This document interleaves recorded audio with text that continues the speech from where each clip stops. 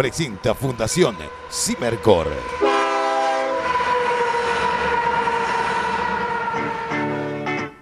El Expreso 96. Conducción: Ricardo Toledo, Javier Tolosa. Música en vivo, cámara viajera, reportaje, actualidad, danza, teatro. Asistente de piso: Betty Ábalos. Sal de Buenos Aires: Analía Frontini. Producción general: Facundo Toledo.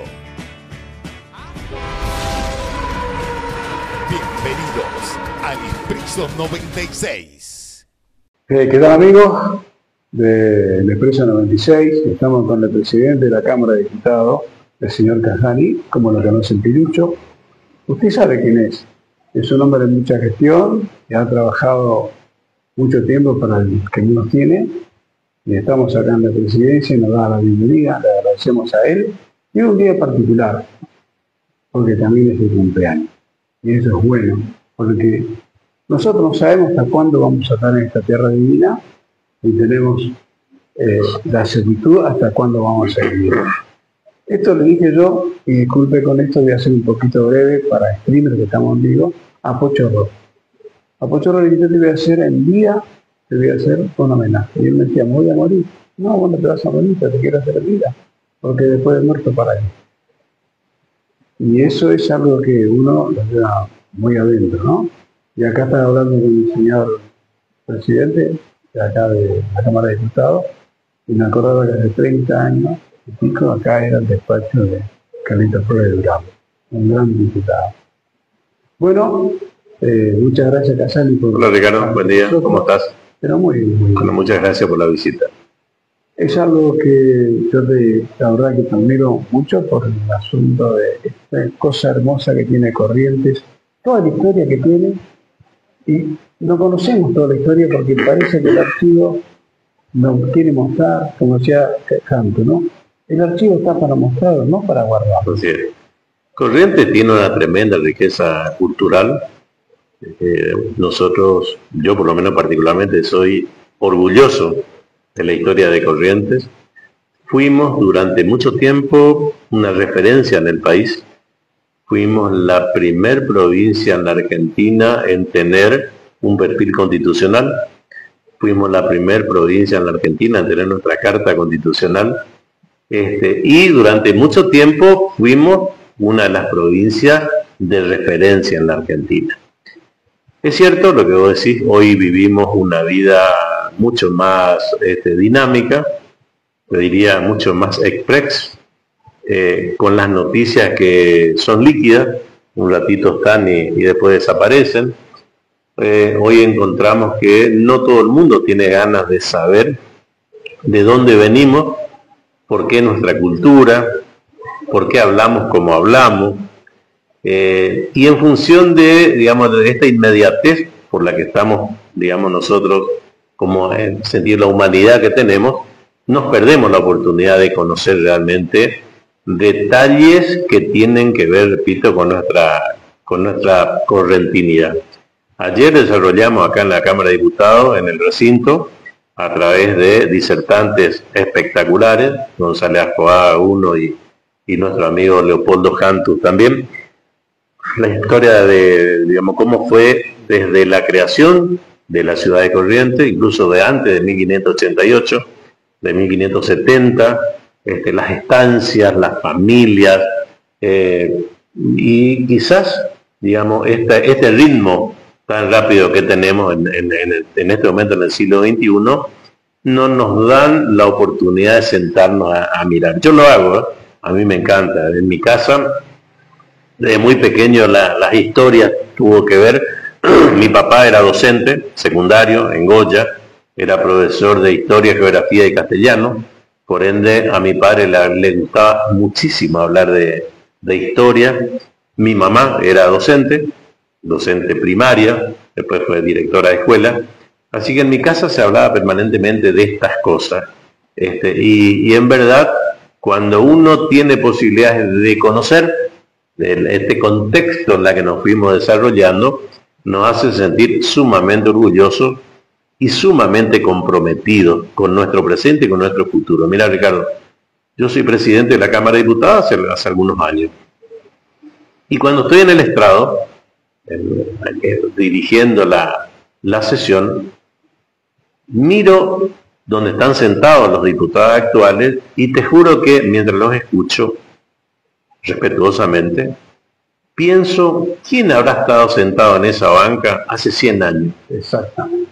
¿Cuáles son las historias de nuestra provincia que se desarrollaron allí en el recinto legislativo? ¿Cuáles fueron los debates que enriquecieron nuestro acervo cultural?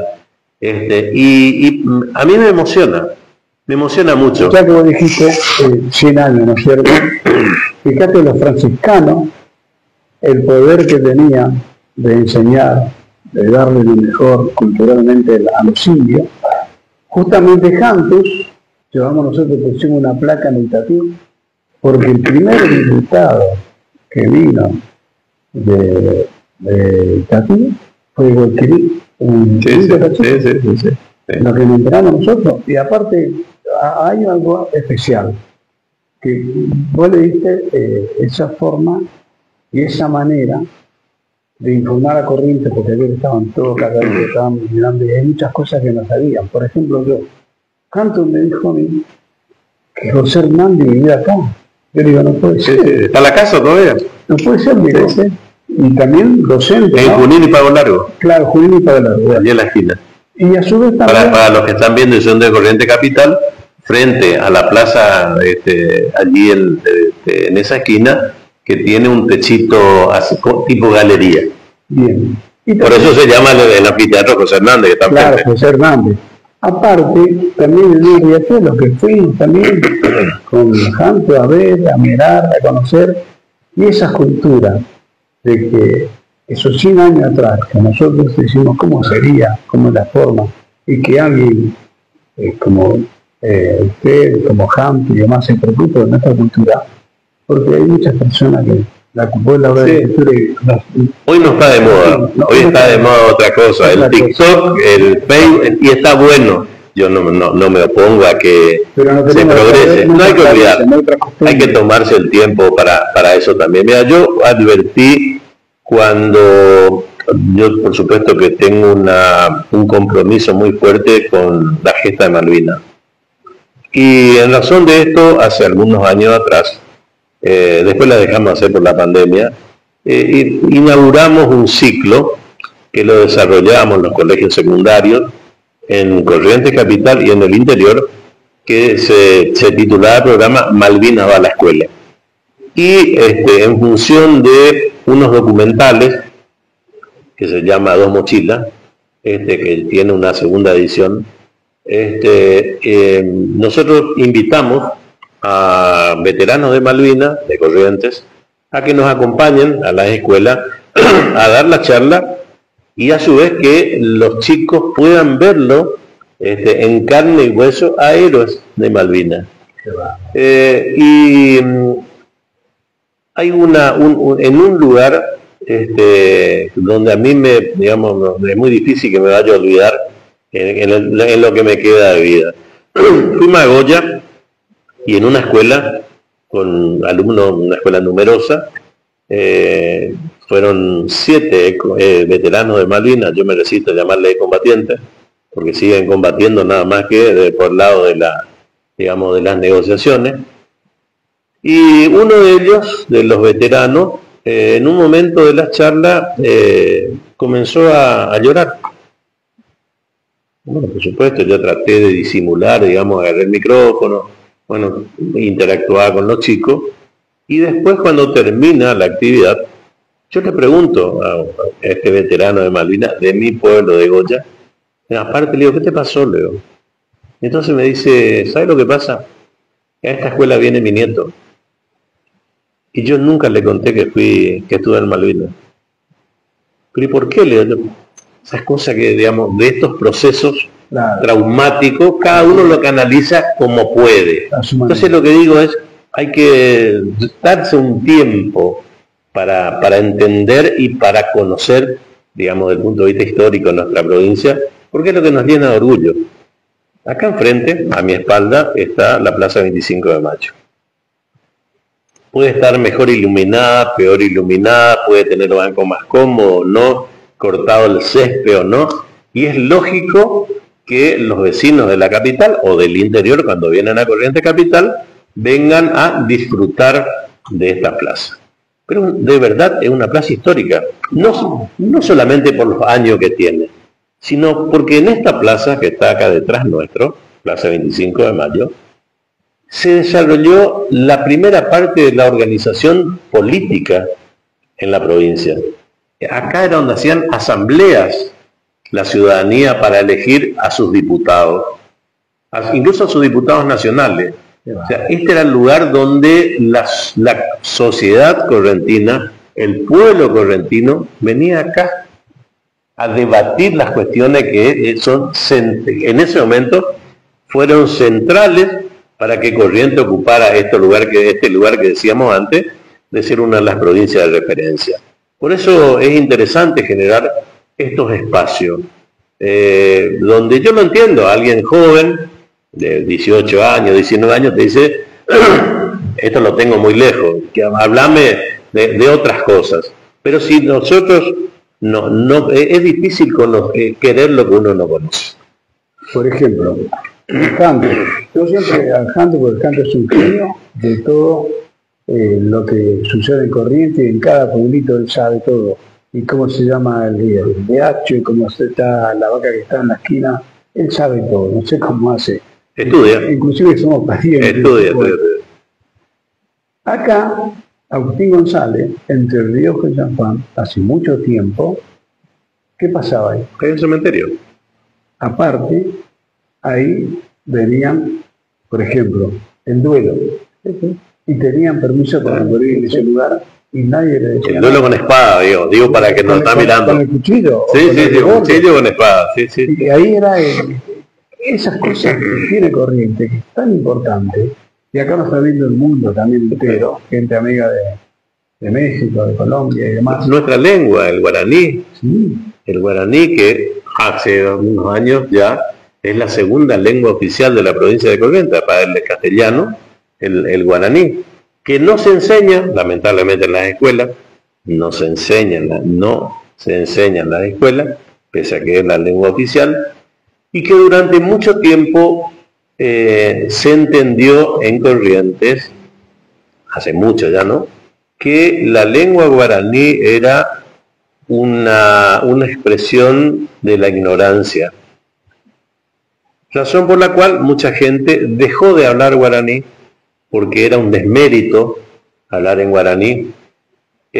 Pasaba en las escuelas. Mira, yo tengo un libro que me regalaron unas investigadoras, y lo repaso siempre, de la experiencia que tuvieron ellas en varias escuelas rurales de la provincia, donde el libro se llama Te entiendo pero no hablo, donde en su casa, en la casa de los alumnos, se hablaba guaraní, y en la escuela, claramente, castellano o español.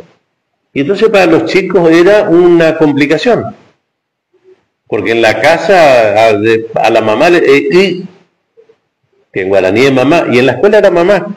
Entonces los chicos, como consecuencia de esa dualidad, repetían grados, no podían avanzar, y cuando le preguntaban los maestros o las maestras, ¿vos hablas guaraní? Ese concepto que en la casa le decían, vos decís que no, pero en la casa se hablaba el guaraní. Entonces lo que digo es, aquello que en algún tiempo era un disvalor, ahora es si hubiéramos aprendido todo a hablar guaraní, hubiera sido la posibilidad de tener dos lenguas. Yo le digo un nombre, el guaraní. ¿Quién empezó con todo esto? La Cularia. Sí. Gran amigo. Sí, que él tenía mucho que ver con la Asociación Sanmartiniana. Y hace mucho tiempo él me invitó a ir a Estados Unidos porque él sacó el diccionario. Sacó un diccionario guaraní. Sí. Me lo regaló a mí, yo a quién le regalé. A Carlitos Pérez Durán. Mi diccionario le regalé a él. Porque fue en esa época que estamos en San Martiniano, Digo, qué cosas lindas que tenemos en Corrientes, de mucha gente que tenemos que dar la oportunidad para que brille.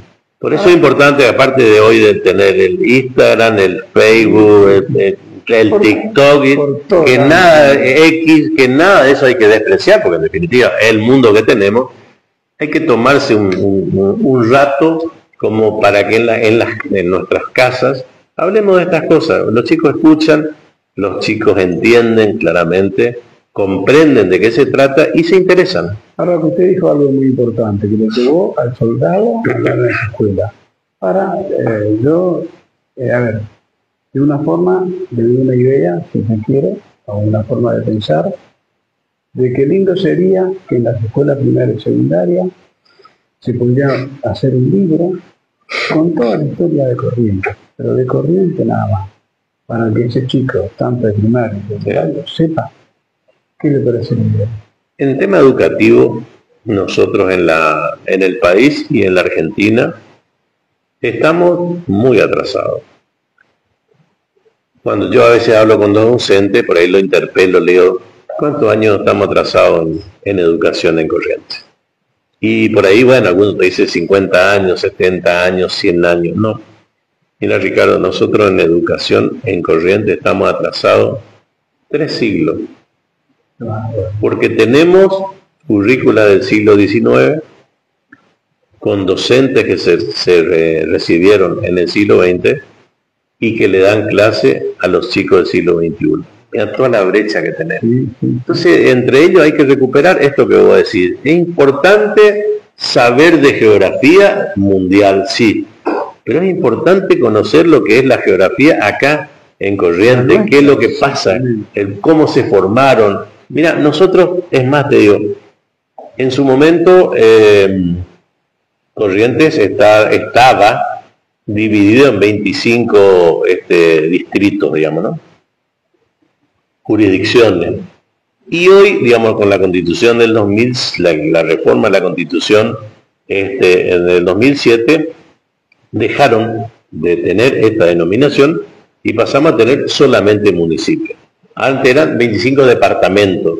Entonces yo decía, el departamento de La Valle, Santa Lucía, Cruz de los Milagros, Yataíti, Calle, Gobernador Martínez.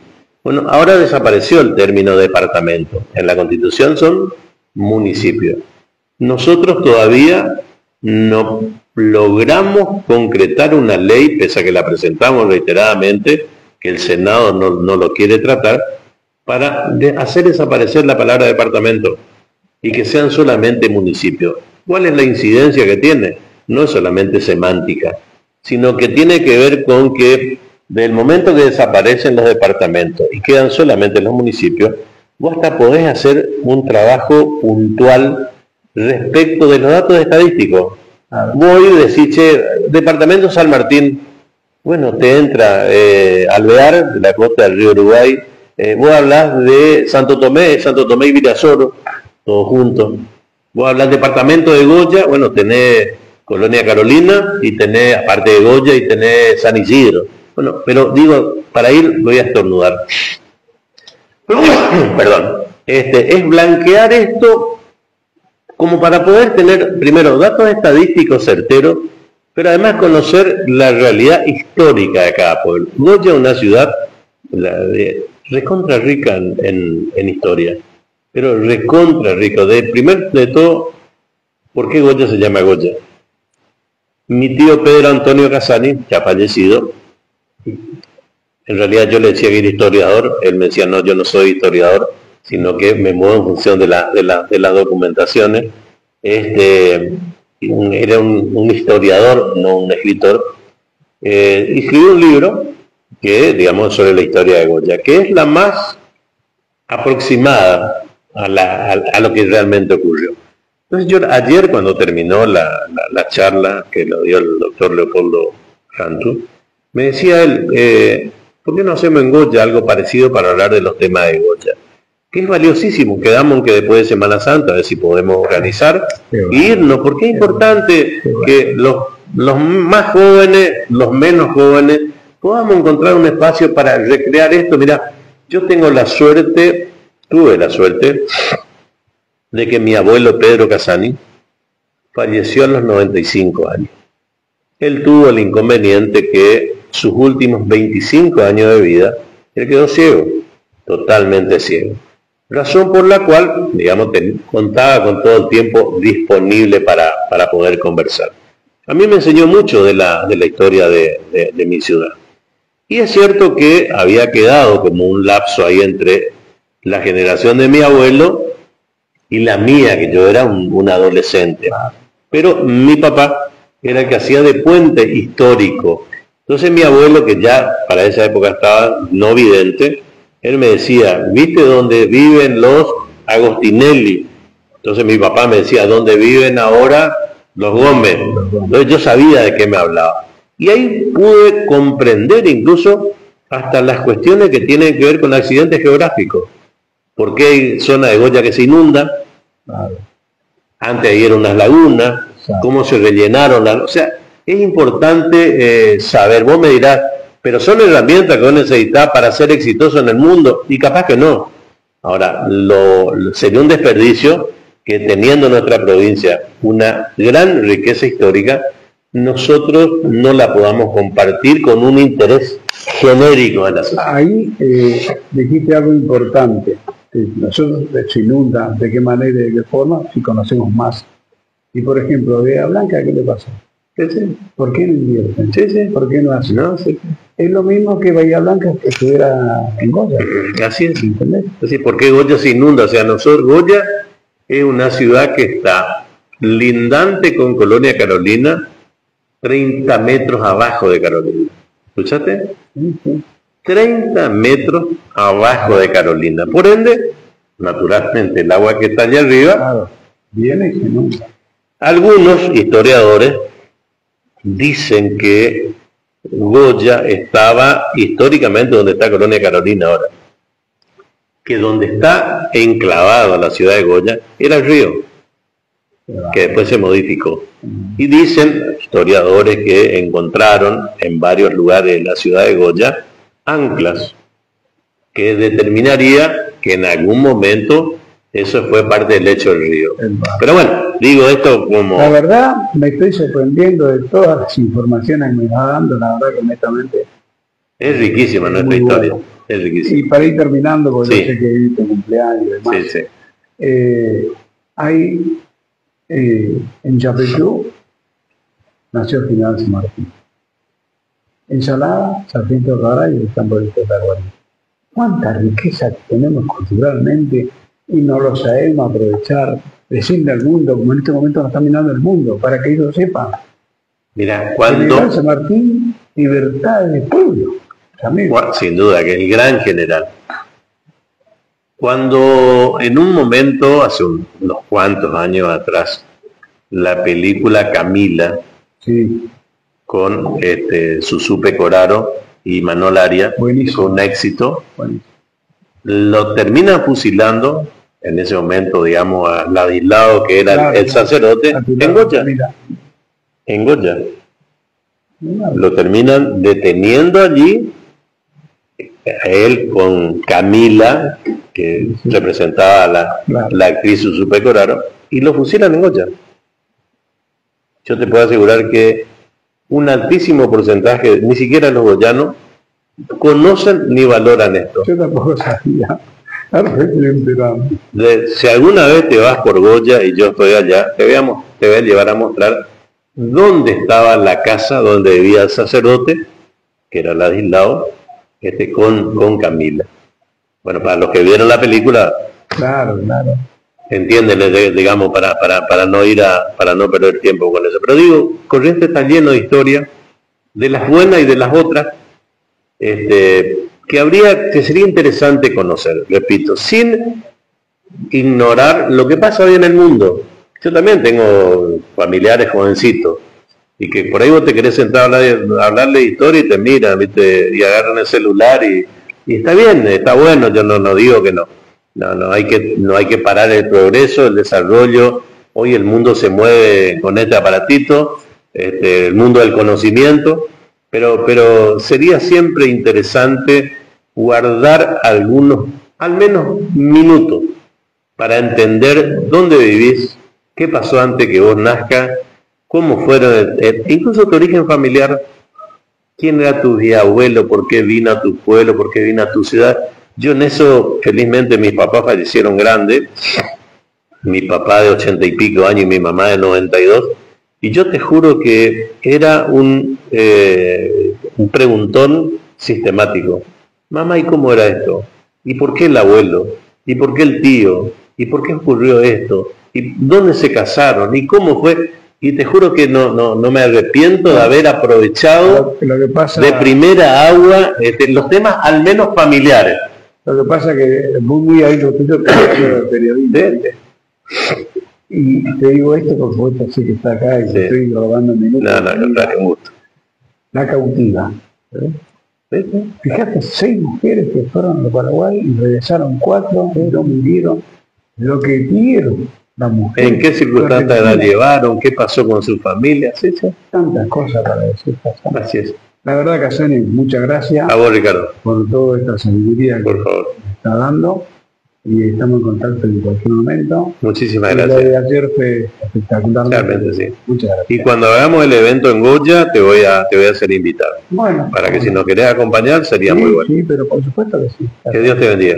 Ahí está la cámara, Casani. Bueno, saludos para todos y ojalá que dentro de un tiempo relativamente breve podamos encontrarnos en otra charla como esta u otra, porque es importante e interesante que quienes nos están viendo podamos generar al menos algún granito de arena de inquietud o de curiosidad para poder indagar sobre nuestra riqueza histórica. Bueno, señores, muchísimas gracias por estar con nosotros acá. Y bueno, ustedes lo conocieron ya íntimamente al diputado Casani, presidente de Cámara de Diputados, de qué manera informa, piensa sobre nuestra cultura correntina. Cultura correntina, cuando digo cultura correntina, es porque lo tenemos y tenemos que difundir. Y esto es muy bueno para ustedes, amigos correntinos. Muchísimas gracias y enseguida estamos con ustedes.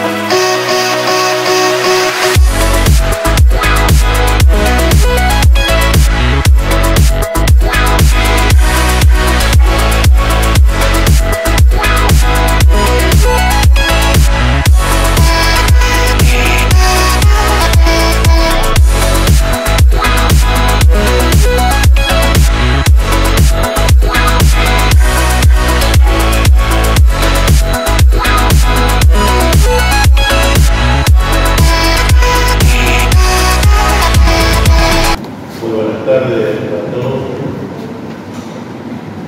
Autoridades presentes, legisladores provinciales, legislador mandante cumplido, intendente de la localidad de Riachuelo, concejales de la capital y de la ciudad de Riachuelo, queridos disertantes, muchas gracias por aceptar venir a compartir con nosotros este espacio, señoras y señores. Corrientes tiene una historia valiosa, única y apasionante.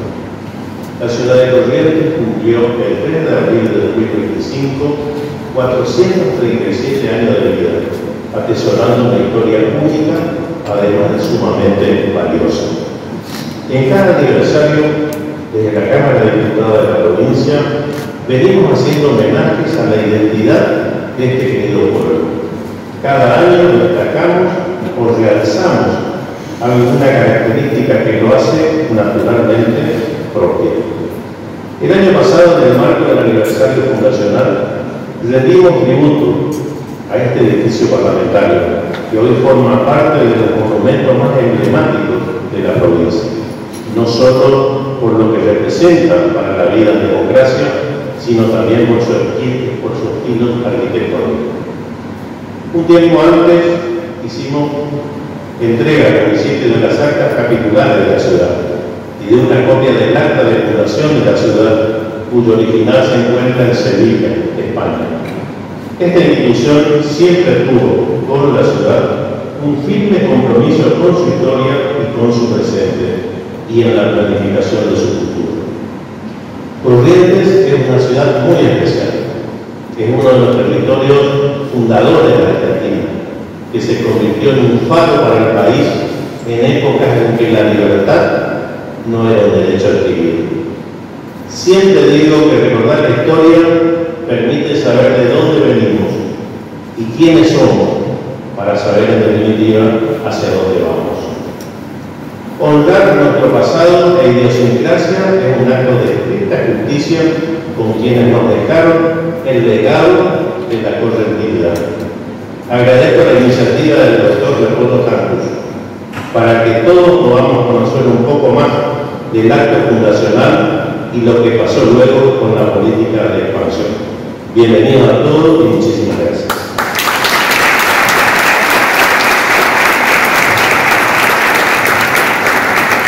Bueno, buenas tardes a todos. Ahora voy a ser un poco breve por el tiempo, pero quiero aclarar que hace pocos días México celebraba sus 700 años de fundación, con una prehistoria fabulosa. Corrientes no tiene prehistoria. Generalmente se arranca con 1588, la fundación. En ese sentido, termina de decir el licenciado González Cuaga que en el Archivo General, es cierto, existen documentos a partir del 1570, y ahí se marca la prehistoria hasta 1588. Es decir, que para que venga a este lugar el adelantado Juan Torre de Vera y Aragón, tuvo que haber habido ya una suerte de pequeña población para fundar, con algunas instituciones que vamos a decir ahora. Acá hay que reconocer hoy, y esto ya lo hablamos con el doctor Casani, entusiasmado en conocer todas estas cuestiones, que hubieron dos fuertes, no el fuerte de Arasatí, sino también el fuerte de la Punta Arasá, que hoy es Punta Mitre, lugares estratégicos en una suerte de sitio muy bien diseñado y planificado para esa función. Hoy hablamos de no solamente una cruz, que es la Cruz del Milagro, sino hablamos de 4 cruces: la que estaba en la Punta Arasatí, la Cruz del Milagro, 2 cruces en la Punta Arasá, uno a orillas del río y el otro a la vera del Camino Real, según consta en el documento, y otra cruz en la iglesia matriz. Es decir, que cuando arriba cae el adelantado, ya había, él venía a poblar fundo y asiento la ciudad de Vera. Él habla que va a venir a fundar la ciudad de Vera, en el sitio que llaman de las 7 corrientes. En ningún momento dice las puntas, dice las corrientes. Hace poquitos días en la calle San Martín, entre Catamarca y San Lorenzo, precipita parte de la calle. Pero ¿quiénes fuimos? Fuimos Gonzalo Acuaga, Silvia, Oscar a mirar eso. Y eso es paralelo a la terminación del arroyo Isurú, o el arroyo Salamanca, que nace en la bóveda, ahí en Chaco y Costanera. Se prolonga por debajo del casino, va por el parquecito Cambacuá, continúa por Julio, dobla hacia Junín, dobla en Salta y San Martín existía un puente que comunicaba con el barrio La Cruz, continuaba, pasaba por el Cardiológico y terminaba en la Plaza Torrent.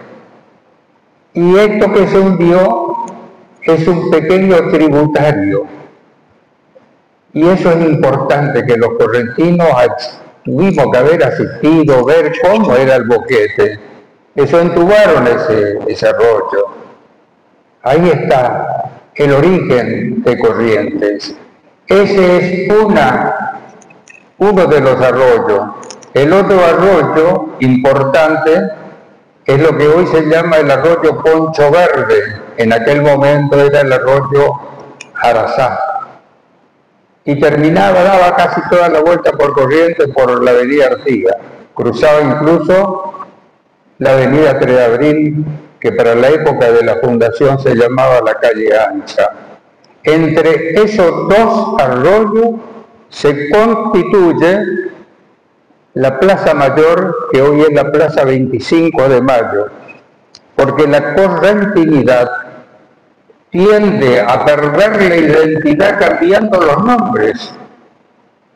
Entonces, esos nombres que fueron originarios se van perdiendo y van quedando otros nombres. Poncho Verde por el arroyo Arazá. Arazá es una palabra guaraní, es un topónimo que significa guayabo, y Arazatí, guayabal, abundancia de guayabo. Entre esos dos arroyos, y con una excelente visión de futuro, se instala la Plaza Mayor. Fíjense, tengan en cuenta, párense acá, nosotros hemos observado ese detalle con el doctor Casani y tenemos afinidad con respecto a la búsqueda de la identidad. Es como que se nos perdió el documento y andamos buscando esa identidad. Y viene Juan Torres, lo primero que hace al día siguiente, el primer acta del 4 de abril, al día siguiente de la fundación, 4 de abril, toma juramento a los cabildantes, se cruza lo que hoy es la calle Quintana, al centro de la plaza, clavado un palo, el palo de la justicia, desenvaina su sable, 3 sablazos, plano, ¿no? 3 planazos, y entre otras cosas recalca que ningún vecino fundador puede ausentarse de la ciudad bajo la pena de muerte si así lo hiciere. De ahí cruza lo que es la calle Salta, Iglesia Matriz. Hay una imagen poco conocida de lo que fue la Iglesia Matriz. Más tarde se traslada a la catedral. Ahí está, en imagen. Esa es la Iglesia Matriz, aproximadamente. Eso es lo que estaba en este lugar donde hoy estamos. Y ahí estaba la Virgen del Rosario, la Virgen fundadora, se la conoció por mucho tiempo, Hoy creemos que está en la catedral. La fundadora le llamaban, Nuestra Señora del Rosario, la fundadora. Y de ahí sale a recorrer los predios de los nuevos propietarios que fueron adjudicados esas tierras para poblar. Una manzana dividida en 4 partes. Cada parte un poblador con la familia. Ahí hacían pequeños cultivos y aparecen para las ciencias agrarias un dato interesante acerca de cuál fue el soporte alimenticio que iban a tener en el cultivo de la sandía ya en 1591, del melón, del maíz, del mandubí, que es el maní, consumían mucho maní, del curapepé, ustedes me dirán curapepé, zapallo, yetú, batata, mandioca, algodón un poquito para hacer la hilandería y la tejeduría, el tabaco para hacer el cigarro. Y ese era el soporte que ellos tenían. Ahora nos tenemos que preguntar muchas cosas. Por ejemplo, cómo se alumbraban las noches. Tenían una candela, por eso el nombre Candelaria significa luz. Y Nuestra Señora de la Candelaria, que era la patrona de la reducción franciscana de Ojoma, acá en el Sombrero, es luz, utilizaban mucho el cebo. Y fue importante esto, hacer esa recapitulación que lo pensamos hacer, si Dios quiere, con el doctor Casani, esa recuperación que hace a nuestros orígenes, de cómo pasaron esos primeros días acá, en la ciudad de Vega. ¿Cuál fue el éxito de la fundación?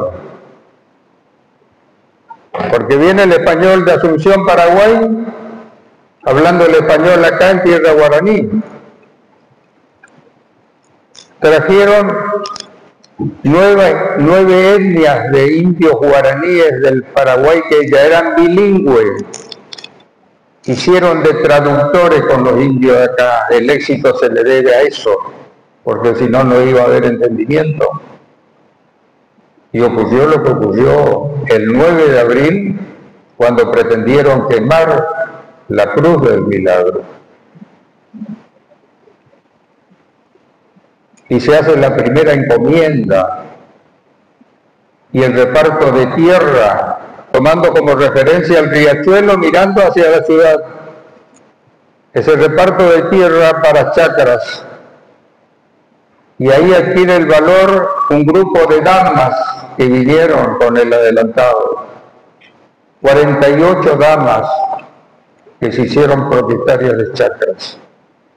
Y prácticamente rodearon con el riachuelo el Paraná abajo y el Paraná arriba, hicieron un triángulo de chacras, como fortaleciendo la ciudad, porque bien decía el acta, que si no era lugar propicio para su fundación, podía ser llevado a otro lugar manteniendo el nombre, Ciudad de Vega, de las 7 Corrientes.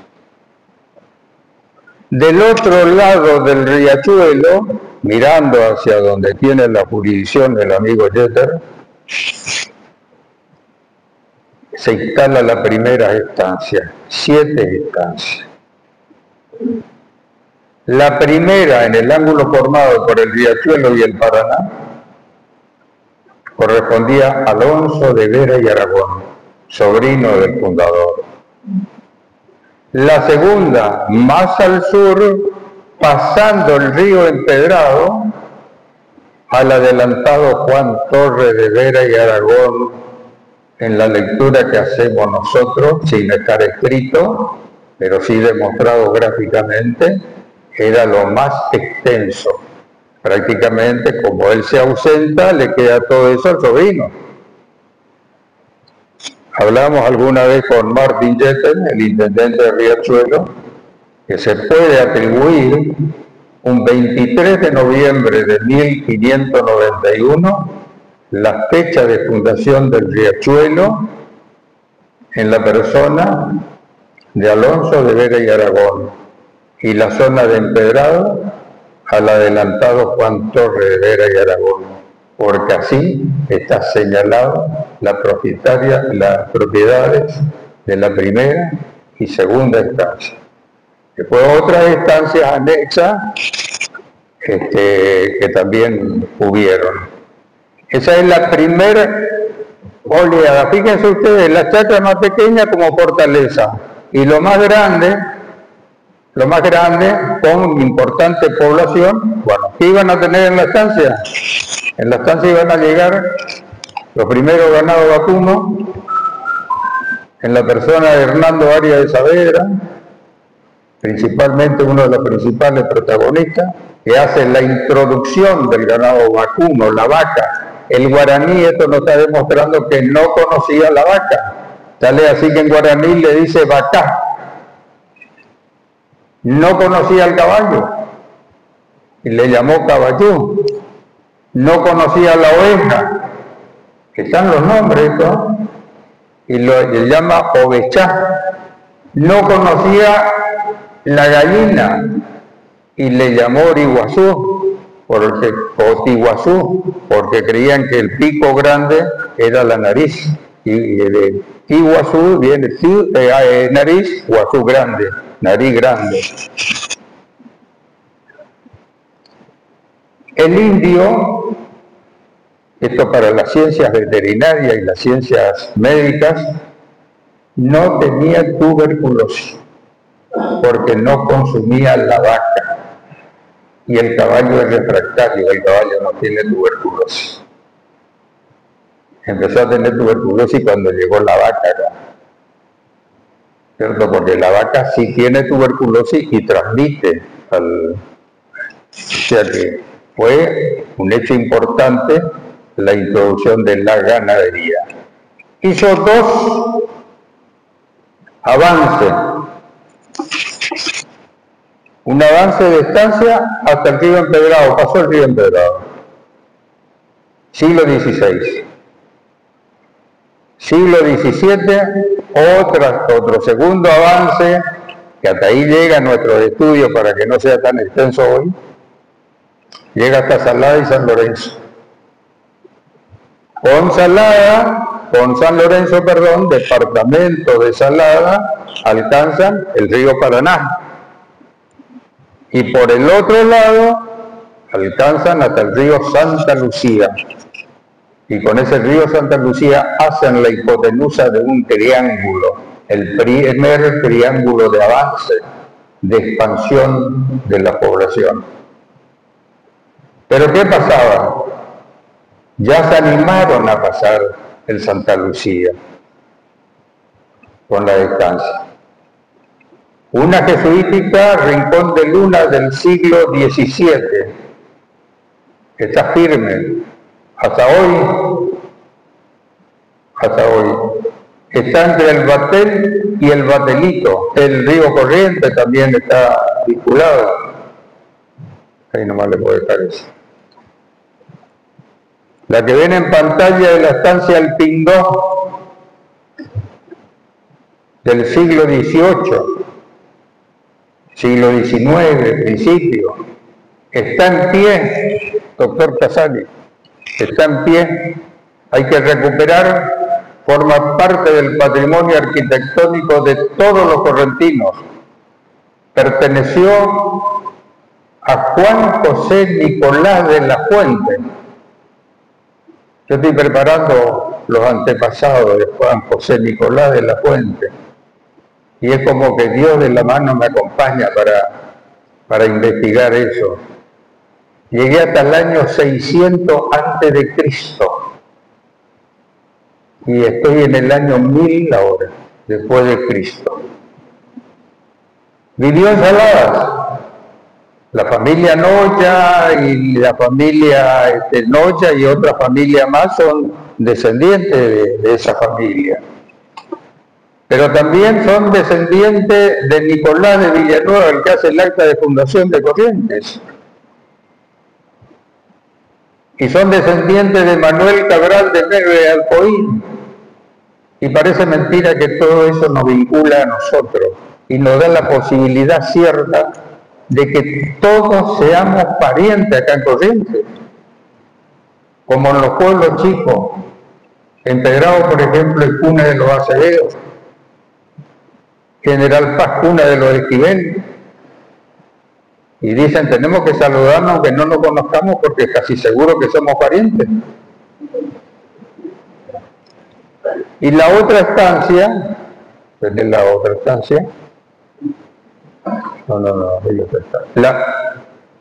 La otra estancia que está también en pie, del año 1723 a orillas del Santa Lucía, antes pertenecía a Concepción, ahora pertenece a San Roque, es la estancia Tatacuá. Tatacuá, está, doctor Casani, hay que ir y conocer lo que guarda la historia que guarda esos lugares. Para quien se fue a Santa Rosa tiene que pasar por el Paso Naranjo.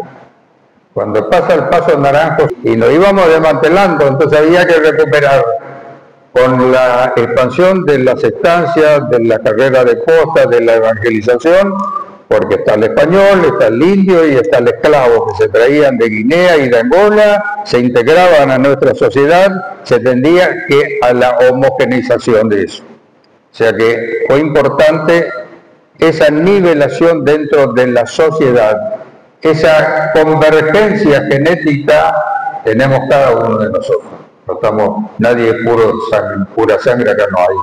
Acá eso, en todo caso somos puros por cruza, pero puro no hay acá. Por más apellido que tengamos, acá todos somos, eso es clavado. Bueno, le agradezco mucho y vamos a ver si seguimos investigando y seguimos cosechando cuestiones que hagan a nuestra identidad para que el año que viene prosigamos con esto. Muchas gracias. Hay muchas cosas para hacer, hay que salir.